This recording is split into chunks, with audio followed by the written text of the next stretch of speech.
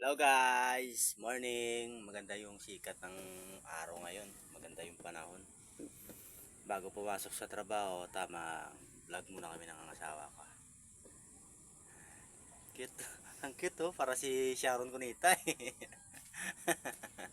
Good morning.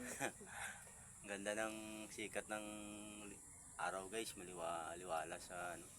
Lalo guys, nandito po kami sa likod ng likod ng palayan guys.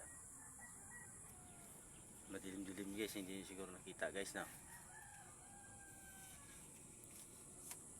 Nakusalamin pa yan. Siyempre, para si Rene Kistas ang datingan. Kaya nakasalamin tayo. Yeah. Uso trangkaso ngayon guys. Ako, trangkaso nga rin ako. Pero kailangan talaga magtrabaho para sa mahal natin sa buhay. Hindi pwedeng patamad-tamad tayo guys.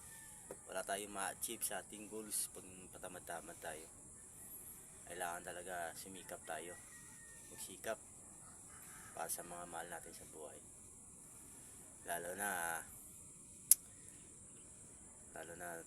nag-iisa na lang ako sa buhay. Mga kapatid ko wala, hindi na nila ako mahal. Kaya okay lang, hindi nila ako mahal, at least nandito yung asawa ko na nagmamahal sa akin.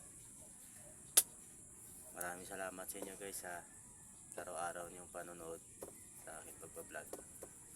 Hindi man ako gaano kalakihan yung mga nag-ano sa akin guys, ang aking pag-achieve sa pagbablog, pero hindi ako nawawala ng pag-asa dahil alam ko balang araw makukuha ko rin, ma-unlock ko rin yung aking sa